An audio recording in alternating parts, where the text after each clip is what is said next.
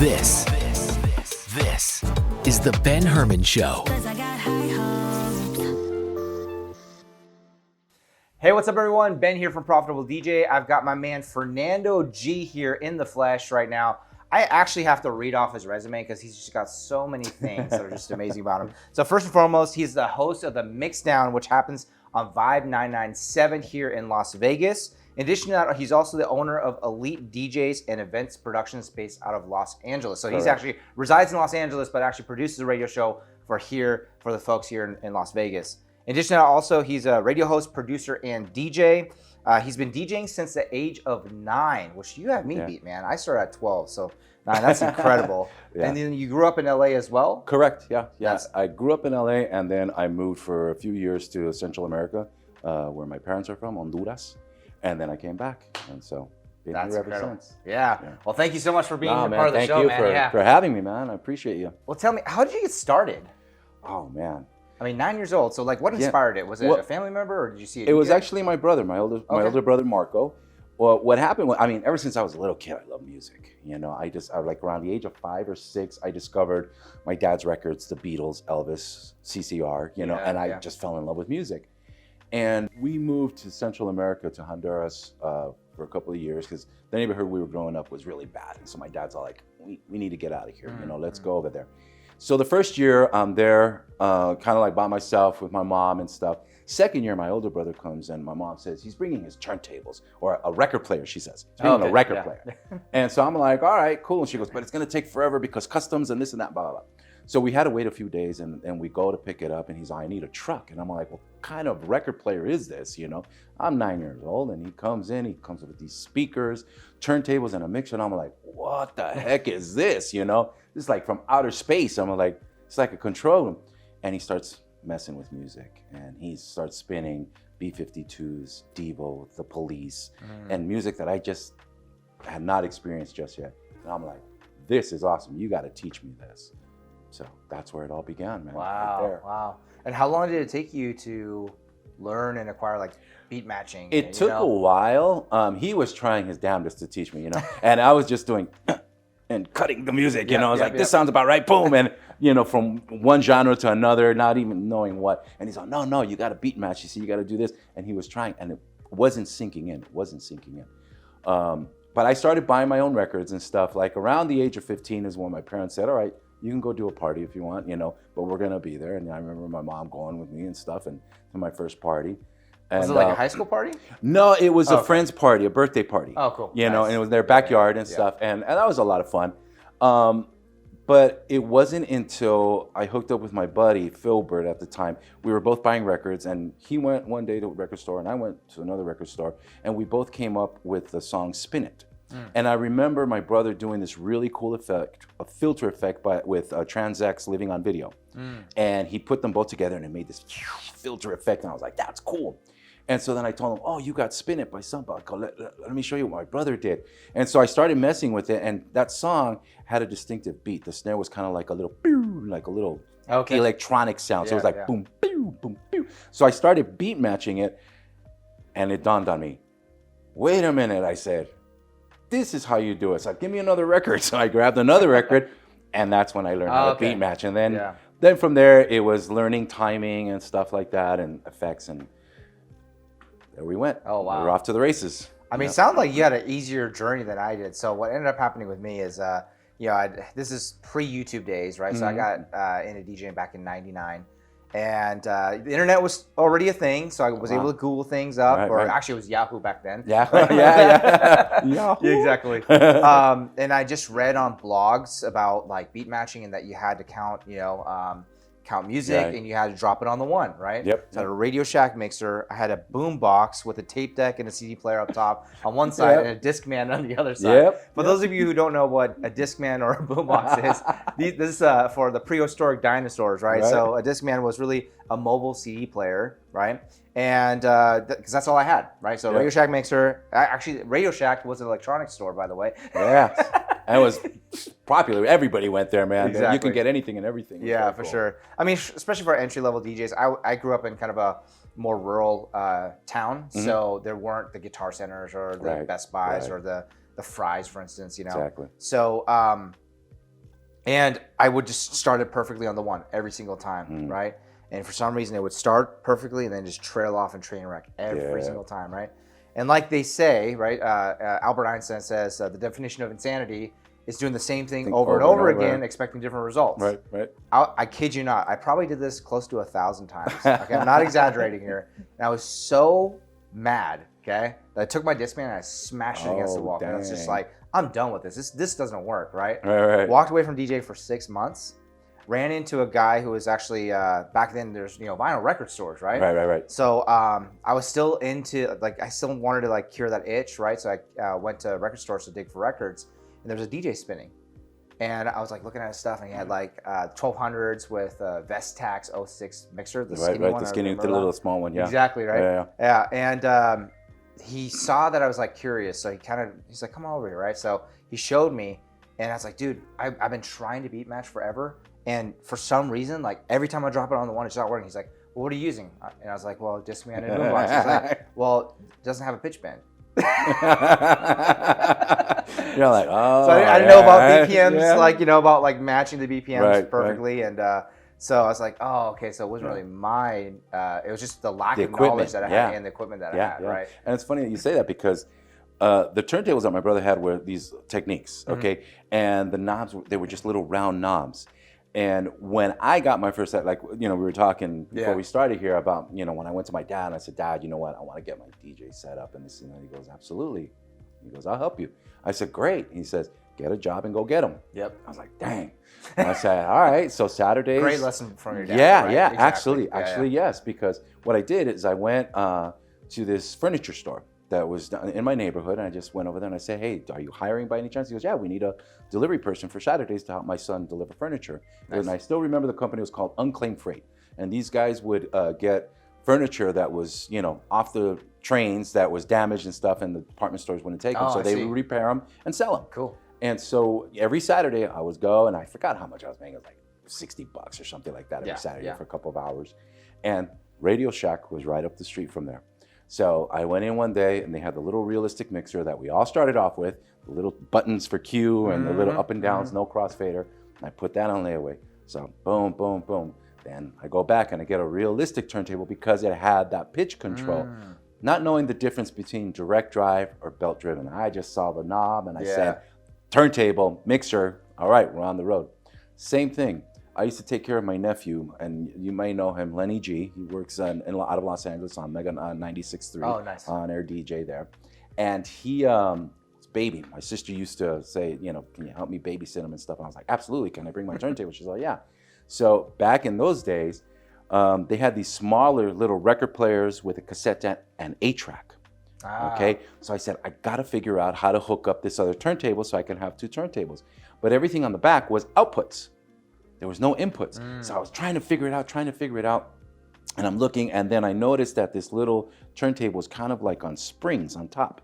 So I said, what's under here? And I start stretching the whole thing, and I see 2 RCA cables underneath. So I don't know how the heck I put my hand in there, and I take them off, and I put the RCA cable. Those were the inputs. So now I had one turntable with pitch, the other one without. Okay, same thing. Yeah. I couldn't beat match it, but I was trying my best.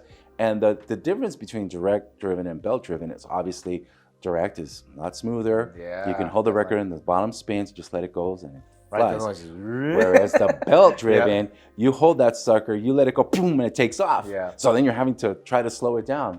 But somehow I ended up mastering it and working on it. And my nephew would sit next to me, and he'd sit there and he'd rock back and forth listening to the music. So hence why he became a DJ today and is doing great for himself. Incredible.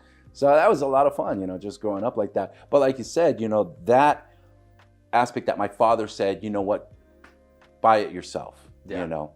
That helped me to, I believe, help me get to where I'm at today. Yeah, I'm assuming you valued the equipment more because you know how hard it was to actually acquire it first, when you put it on layaway. Yeah. In addition to that, look, you stuck with it as well. Yeah. For all these years. How long have you been a DJ for now? Oh, geez. Do we have to go there? It's been a number of years. And, so I'm 55 now. Gotcha. So, and I actually started doing parties, like I said, at 15. And I kept consistent doing that, house parties, weddings, quinceañeras, and just kept doing it. And then in 1989 is when I got my first radio gig. Wow. Yeah, by that time we so started you've been on doing radio for a while as well then. Yeah, this was actually more behind the scenes. 1989, I got my first job at Power 106 in LA, which was back then was the number one station. Yeah, definitely. And you know, it was freaking awesome. But I was in the music research department. So basically, what we were doing is every weekday we would call people and ask them, "What type of music do you like? You know, do you like this song? Do you not like that song? What, you know, is this your favorite? Are you bored of this?" So we would kind of get an idea of what people wanted to hear. Yeah. But that wasn't enough for me, you know. So I got into the promotions department on the street team, and so I was out there handing T-shirts and stuff like that. Wasn't enough for me. So I talked to the program director and I said, "Is there anything I could do in the studio?" And he's like, "Well, actually," he goes, "I need a board op for the Casey Kasem Top 40."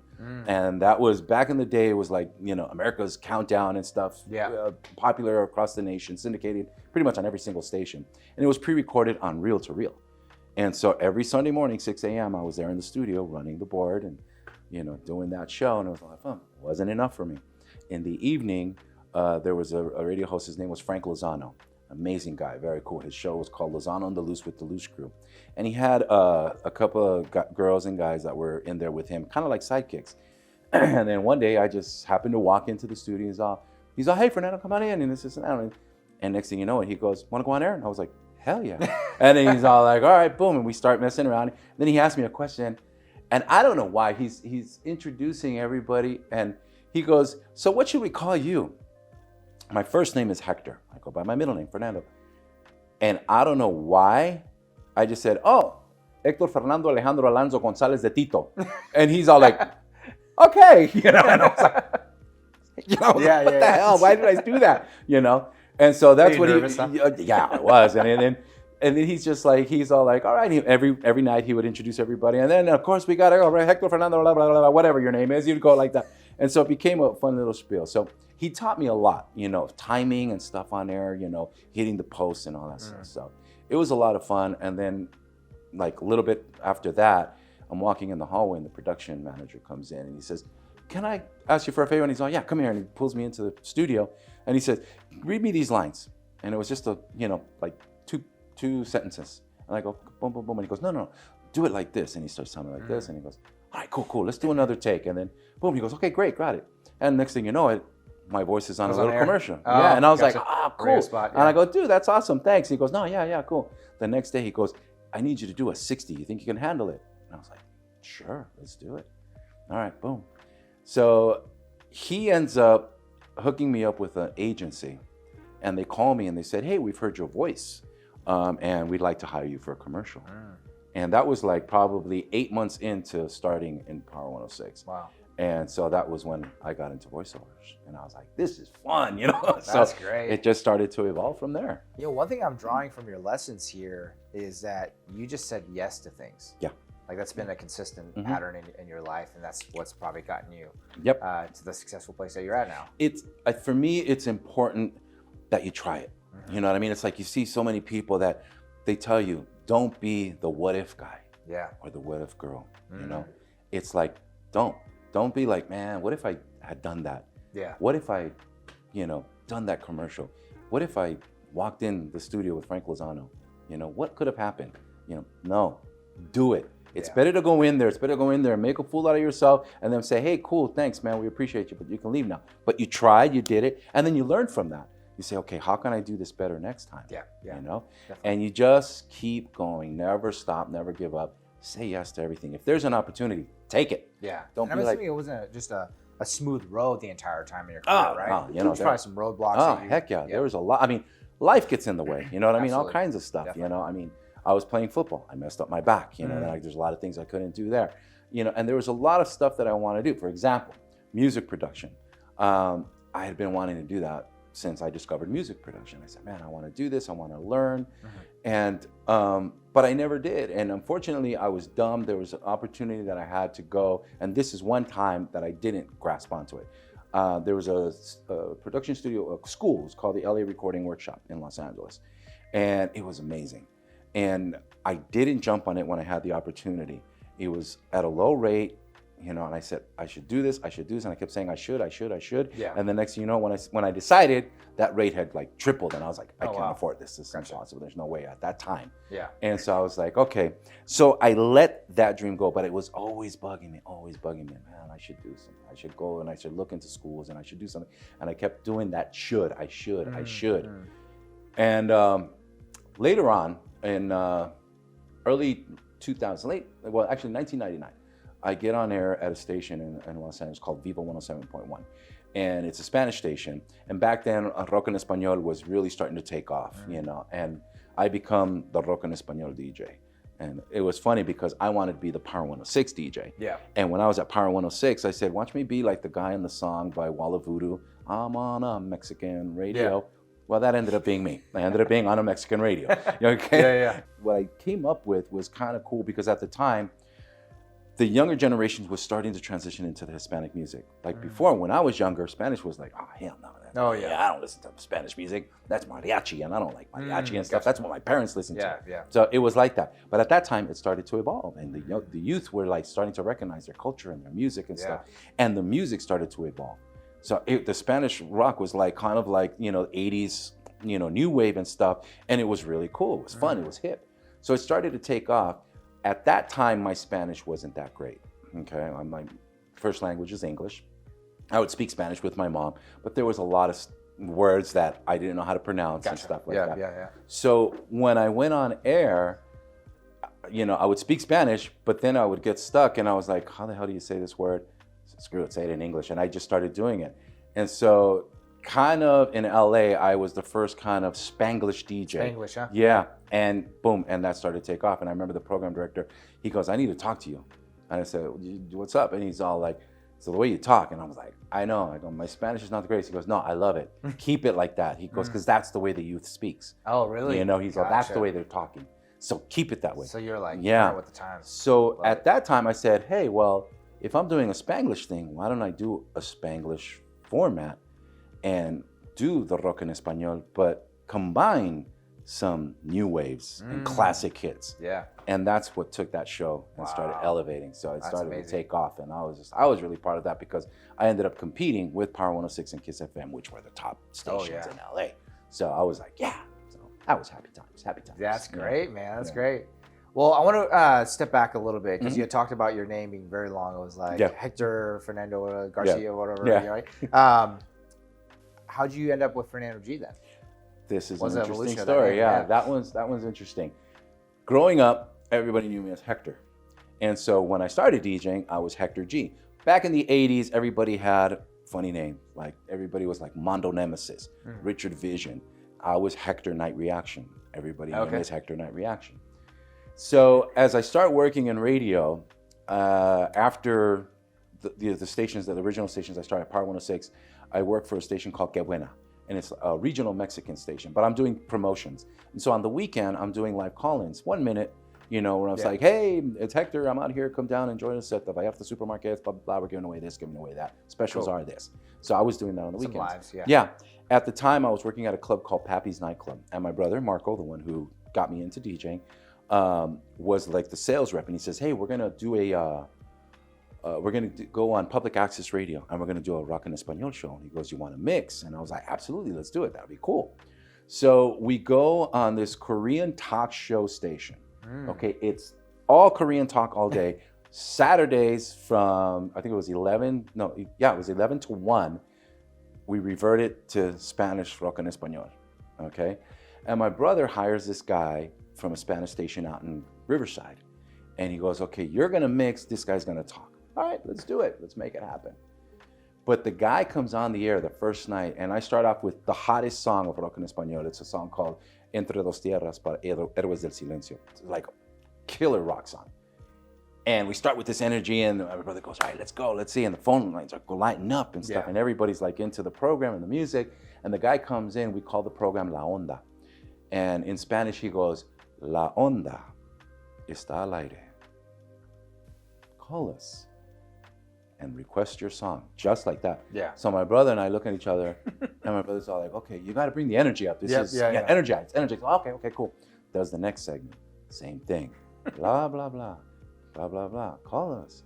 tell us what you want. This is Soda Stereo. Yeah. And it was like, dude, this is not love songs. You know, we bring it up. So he was like that for 3 weeks, and he wasn't changing. He wasn't changing. My brother says, we got to get rid of this guy. He goes, I got to try to find somebody else, and I got to get rid of him now. So by next week, we have to have somebody else. All right, cool.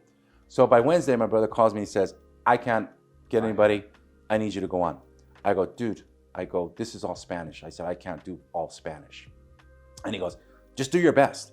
And I'm all like, I'm going to sound like crap. And he goes, it doesn't matter. The music is going to sell it. You know, you just, all right. So I go in there with my nasty Spanish, trying to do the best that I can. And at that time, it's not dawning on me to revert to English. So I'm just doing Spanish. And it's not coming out right. But nonetheless, people are enjoying the music and the vibe, and I still have, you know, a little more energy and stuff like that. And it was going cool. So for like about 2 months, we're doing the show. Everything's going great.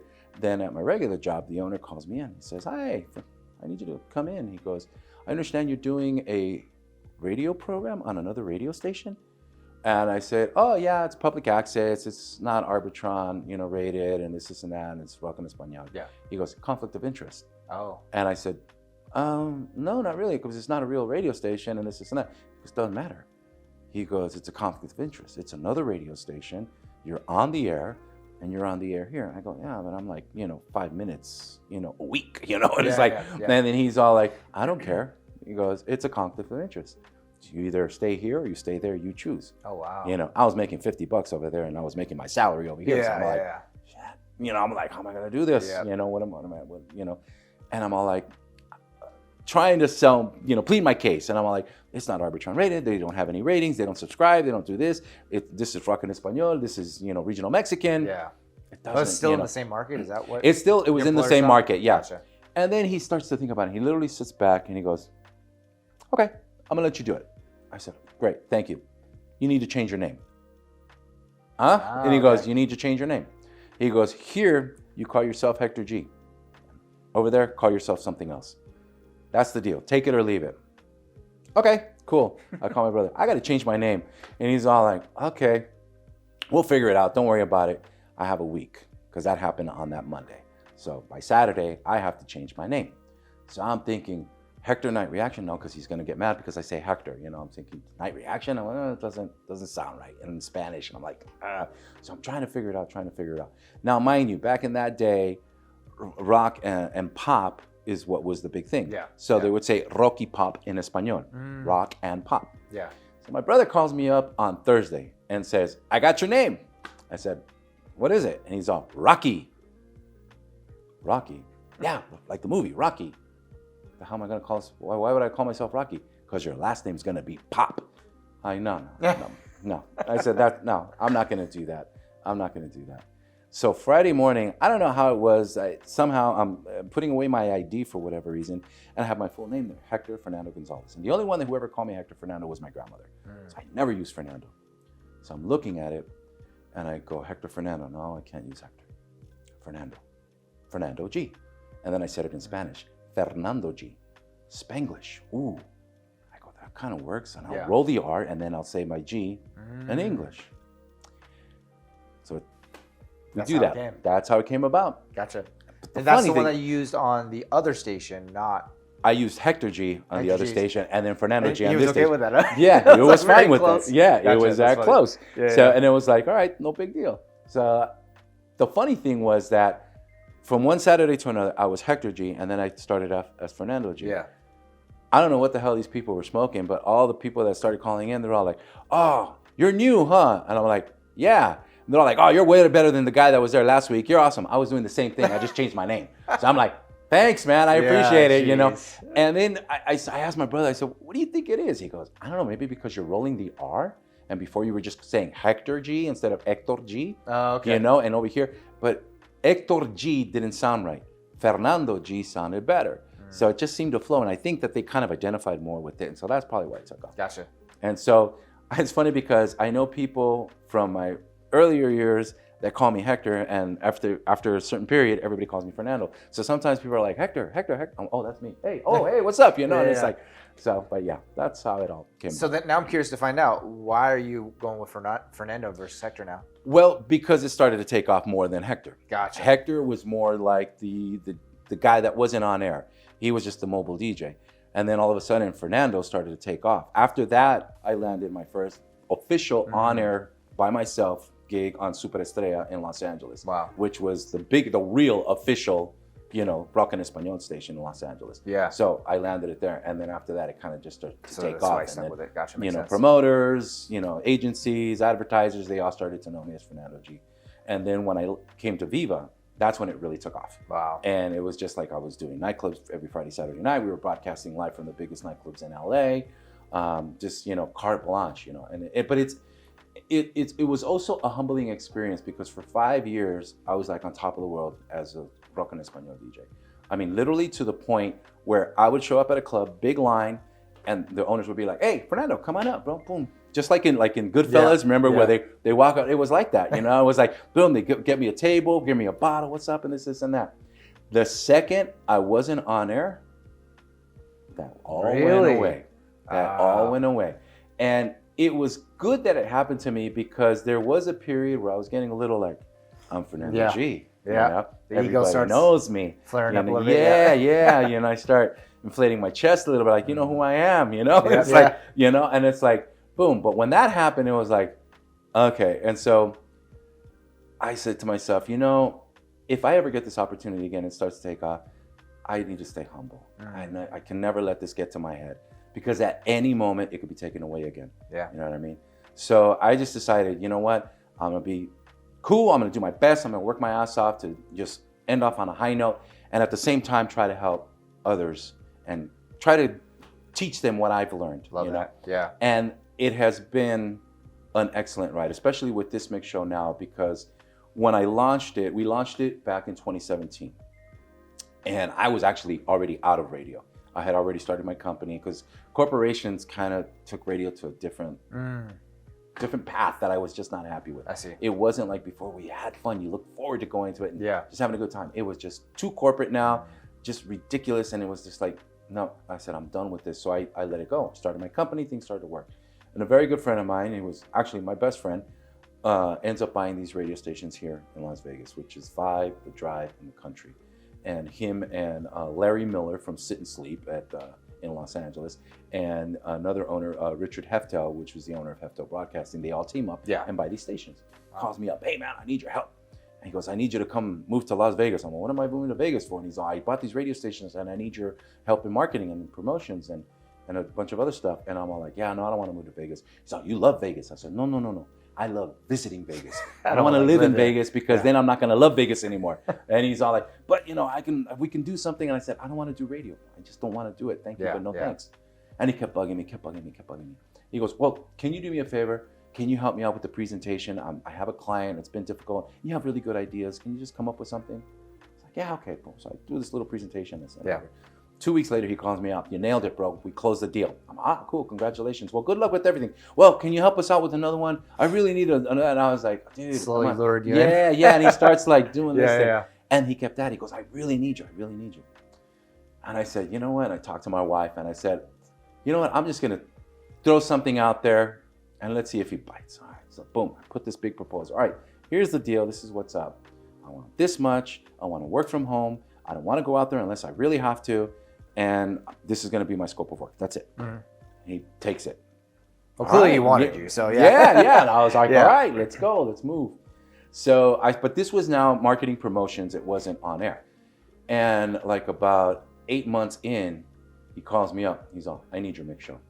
He goes, we're not getting any nightclub business. He goes, and that's because we don't have anything that makes sense for them. He goes, put something together. It's like, okay. He goes, let's start off with an hour. All right, boom. So I just started with a non-hosted mix show. It was just 1 hour of straight music and mixes, and that was it. All right, cool.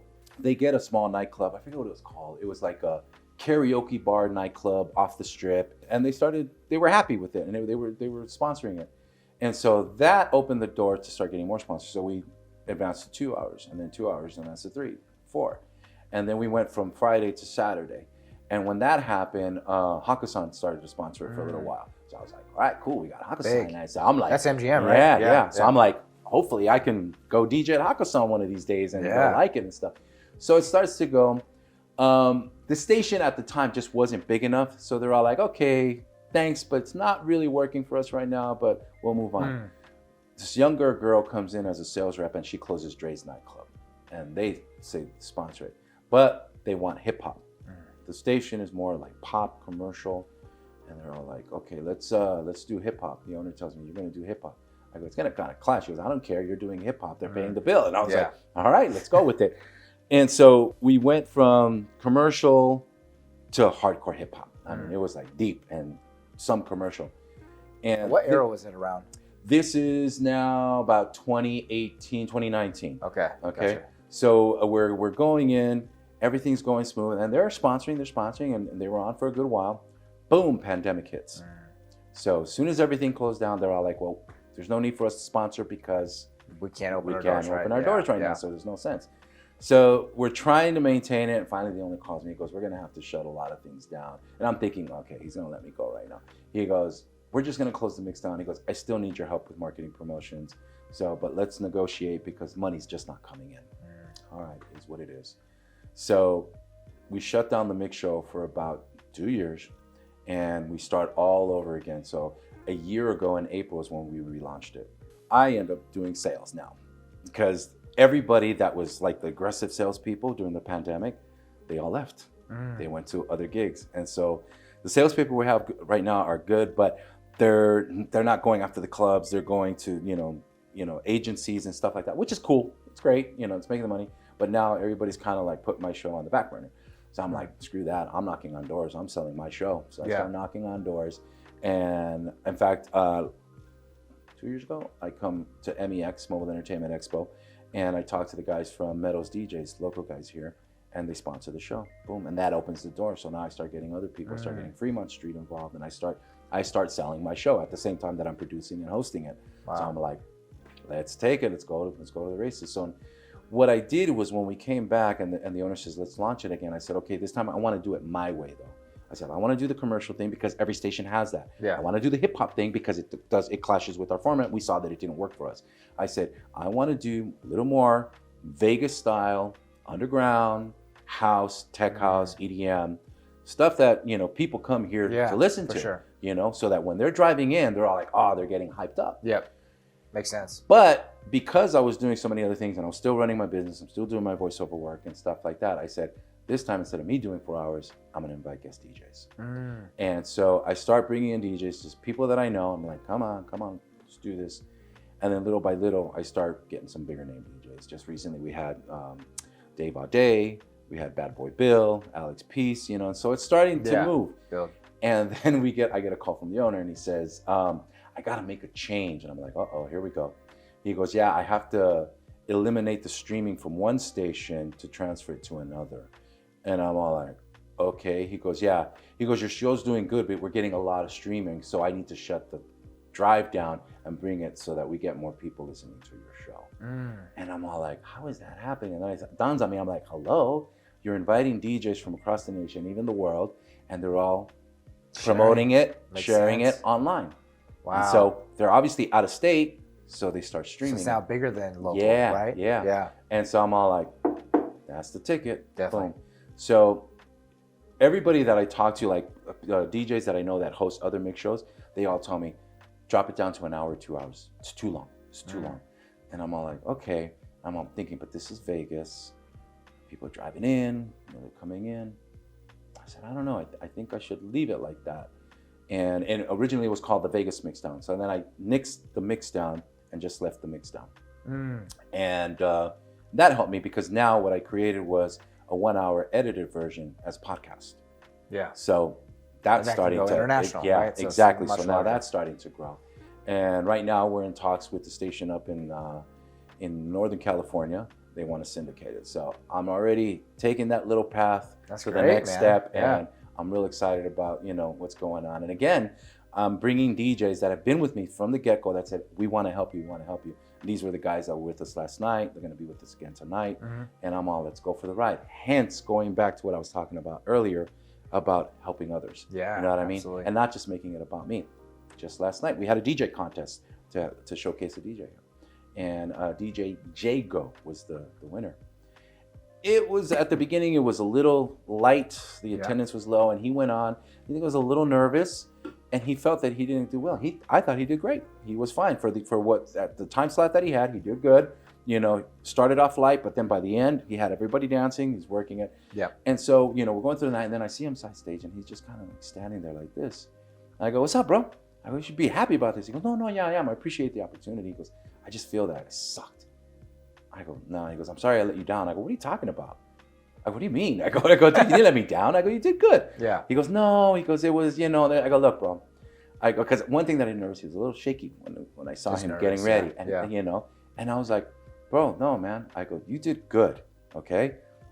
The only thing was that your volume was a little low, and I told you bump it up, and that was it. But you got it going, and this and that, man." I go, "Look, dude." I go, if I thought that you didn't do good, I'd be like, "Hey, man, thank you very much. I appreciate you, and that's it. I probably would have avoided you the rest of the night." You know? But no, you know, or I would go the other route and say, "Hey, you know what? Let's talk." And that's happened with a few DJs that have submitted mixes and stuff like that. And I'll talk to them and I'll say, "You know what? The mix is good, but it's just not there just yet. Yeah. Here's what I need you to do. I want you to do this. And please, I hope you're good at taking constructive criticism, because I'm not putting you down. I'm trying to help you, you know?"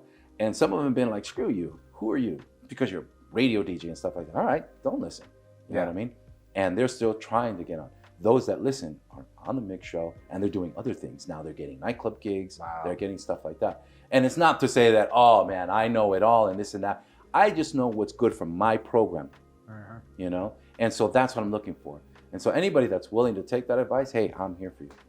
Hit me up, you know, I'll gladly help you. Yeah. So that's what it's all about. That, love that. Giving back. You know? Definitely. Yeah. I mean, it sounds like it's just evolved. Yeah. Over the years, which is I mean, we're not there yet. And it's like I was telling my wife, DJing has been such a big part of my life. You know, 9 years old, 55 now. Said, I'm getting to that point where it's like, I'm not going to be able to be doing these club hits and stuff like that anymore, you know? And it's already bad enough that I have a face for radio, you know? So it's like, but nonetheless, I said, I really want to end off on a high note. You know, I want to end off and just say, boom, I did everything that I wanted to do. So now I started producing remixes, doing stuff that I didn't do, that when I should have, I didn't do it. So now I'm saying, I got to grab it, bull by the horns. Let's go off on a high note. I'm starting to produce original tracks, little things like that. We're doing these showcases. You know, we're preparing some much bigger shows than this and stuff like that. And what I'm doing is I'm preparing my team to take the helm when I'm ready to stand behind. You know, and just say, "Okay, you guys, get up front. You don't need me." And that was the one thing that I told Jago last night. I said, "Listen, bro." I said, because one thing that he mentioned is like, and this is when I knew that he was nervous. He said, "It'd be really cool if, you know, if somebody could MC, you know, to hype the crowd and this and that." And I told him, I said, "You know, I'll do that if I see the opportunity." I said, "But honestly, this show is about showcasing you." Yeah, it says it's hosted by Fernando G. You know what I mean? Gotta give myself a little bit of credit, right? But I don't want to take all the credit. I don't want to take that away from the DJ. You know, because that's what they're there for. Like DJ Dragon, 10-year-old kid. There was no need for me to step out and be out there like, "Oh, check him out, check him." No, let the people enjoy him. He nailed it. The kid had everybody going. He's jumping, pumping his fist. 10 years old, nailing it. I mean, just doing his thing.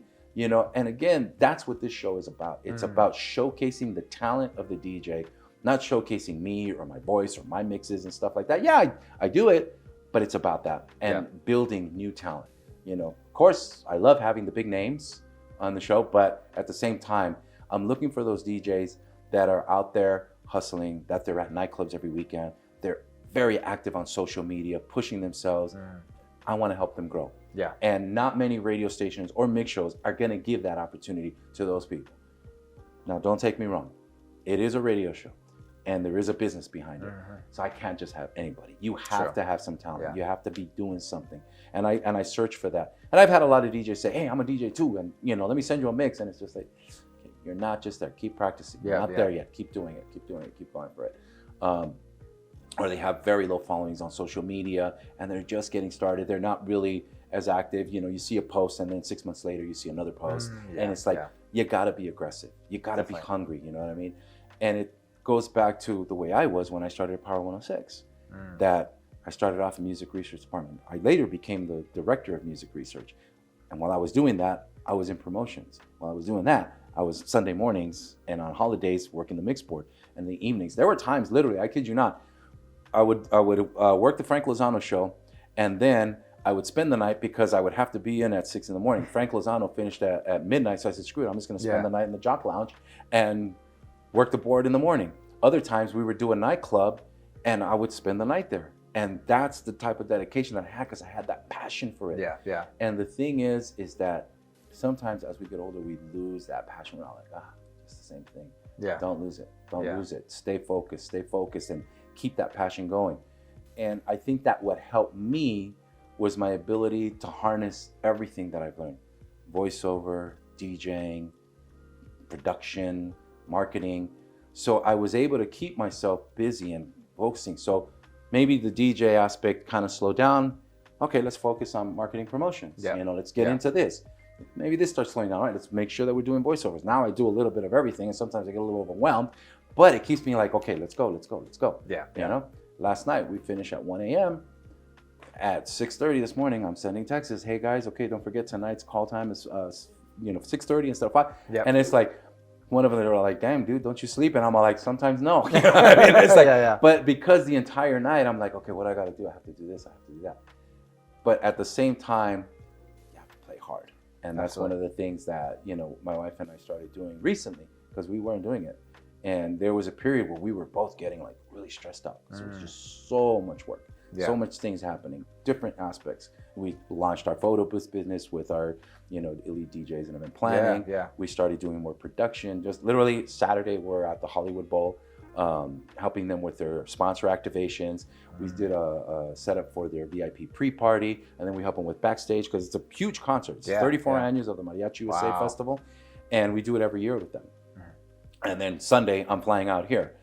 We do these shows, and I have prep for all this stuff, doing the lineup, making sure that everything's good, sound checks, all of that stuff. And there was a period where that's all it was. We were just boom, boom, boom, every single weekend, boom, boom, boom, boom, work. Finally, my wife says, "This is driving me nuts. I can't take this anymore. Let's take a vacation." And I'm like, "All right, where do you want to go? What's the next 3-day weekend?" She goes, "No, a vacation. Let's take a vacation. Let's go somewhere." So that was the first time that I literally took a week to go enjoy. We went to Cabos. And after that, we said, every year we have to do this. That is our goal. We got to take the bull by the horns, and every year, let's go take a nice vacation. Recharge. Yeah.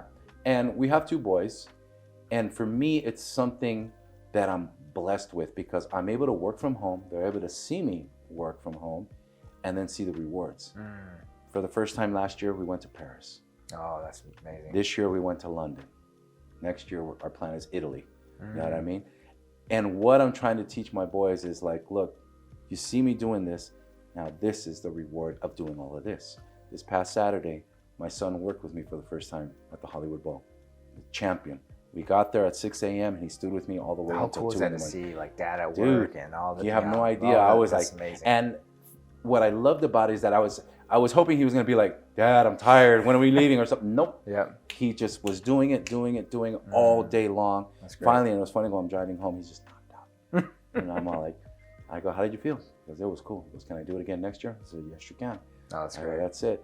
And I always talk to them. I always tell them, I said, like I was talking about radio, how I hit a wall and I was just like done with it. I didn't want to deal with it anymore. And the main reason was because I was tired of my ideas making other people money. I was coming up with marketing promotions ideas, contesting and stuff like that. This company had this show at the Staples Center, and when I came in, I created a pre-festival. Okay, and their revenue went up from sponsorships. The second year, I came up with bigger ideas, and they made $500,000 in sales from my ideas. Wow. You want to know what I got out of it? What'd you get out of it? $100 gift card. Really? I would have thought like rev share or something, No. Wow. And when I go to talk to the owners, I'm all like, hey, you know what? I need to, make a little sum here, oh no, we're really happy with you. Yeah, we have some ideas for you. Okay, maybe a raise or something, something's going on, a percentage. Yeah, no, we're working on it. Like a month later, they come back to me and they're all like, we love everything that you're doing. We're so happy with you. We want to make you West Coast marketing director. Awesome. Yeah. Great. How much? Oh, no. We're making you the marketing director. We're not going to pay you anymore. Title change. Yep, gotcha. Yeah, that's not going to happen. Title doesn't pay my bills. Yeah. You know, it's not going to happen. So all of that was just starting to, and I said, forget it. And I tell my boys this experience that I had. And I said, eventually, you're going to have to work for somebody when you get started. You might start off at a fast food restaurant, a clothing store or something, but always have in mind, one day, I'm going to be the boss. I'm going to run the show. I'm going to be the leader, but always be humble. Yeah. Always be humble. Never mistreat your people. You know, it's funny because like my staff, when we work this stuff, every year, you know, I work hard to bring my rates up higher, not just for me, but for them. I mean, when we started doing this, they're all like, whoa, really? They're like, really? Like when I give them their check, I'm like, yeah. It's like, you know, I work this out so that we can all make money, not just me, you know, and give you minimum wage like most companies do. Everybody's making the billions, you know, and everybody else is making the minimum wage. I said, no, that's not the way I roll. You know, we all got to work together. And what happens? They want to work harder for me. You know, they're all like, no, let's do it. Let's do it. If I say, hey, guys, we need to do this, absolutely, boom. And they're off and they're doing it because they know that I'm going to take care of them. You know? And that's what I tell my boys. I tell them, you guys remember this. So when he worked with me this past Saturday, it was awesome. I was just like, yeah. How old are you boys? 14 and 11. 14 and 11, nice. Yeah. And which one did you take with you? The 14-year-old? 14-year-old. Gotcha, nice. Yeah. And is there any interest of maybe even succession plan, you know, where well, you might take it that's on? The goal. That's the goal. I started teaching him how to spin early on. He was, we were both much younger, probably like about 5 years ago. And my oldest one caught it really fast. You know, he's got a lot of good rhythm. He plays guitar, he plays drums in the band and stuff. So he's got a lot of good rhythm. He got it. But I think I pushed him a little too much too soon that he was like, I don't want to do this, Dad. I want to do this. Gotcha. You know, and now he was getting pissed. My wife said, I think you're putting too much on me. He just doesn't want it. And at the same time, he's doing really good in school. So I said, maybe I just let him be. And then he got into Taekwondo and he started getting real busy with that. And I said, okay. But recently, he's all like, maybe I want to start doing that. Stop pushing, right? Yeah. And he's all like, maybe I want to go, practice. You know, you can come and help me when we do quinceañeras and stuff. Yeah. Thankfully, he's a good-looking boy like his father once was way back in one day. It was funny because I had him at the VIP section. He was doing check-in. And as I'm walking up, I see this girl talking to him. And I thought that she was saying, how can I get into the VIP? Because they were handing out the wristbands and stuff like that. And then at the end of the night, he goes, did you see that girl? And I said, yeah. He goes, you're not going to believe what she told me. And then he goes, what? He goes, she comes up to me and she goes, how old are you? And he goes, I'm 14. She goes, oh, dang, you're fine. I'm 18. When do you turn 15? She says, and he's all like, she goes, give me your number. He goes, I gave her a fake number, but I was like, that's my boy. You know? That's my boy. That's funny. Yeah, and it was just classic. It was a classic moment, but it was hilarious. But I'm just, you know, like I said, I'm blessed. I think it takes hard work. You know, you have to put in the sweat and tears to make it happen. You know. Well, tell me a little bit about Elite DJs. So how did that come together? That was funny because I had actually stopped mobiling for quite some time throughout my radio career.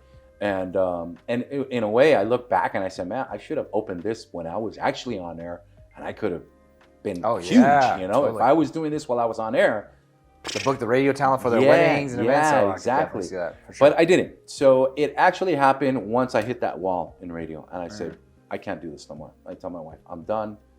I'm not happy. I was working 7 days a week, like I said, making other people money. I wasn't spending time with my kids. I was missing their school activities, all that stuff. I would go to a play, and then I'd wait from a distance. Gotta run back to work. And it was like 7 days a week, nonstop. And so I told her, I can't do this no more. I'm done. I said, I can't. And she's like, well, what do we do? I said, you're a graphic designer. What if we open up something with graphic design? So we tried that for a little while, and it was kind of difficult because just the market is just saturated with graphic designers and stuff and everything. And so I'm just like, what am I good at? DJing. I'm a good DJ. Okay, and I'm good at events, putting events together. So I just said, you know what? Let's try it.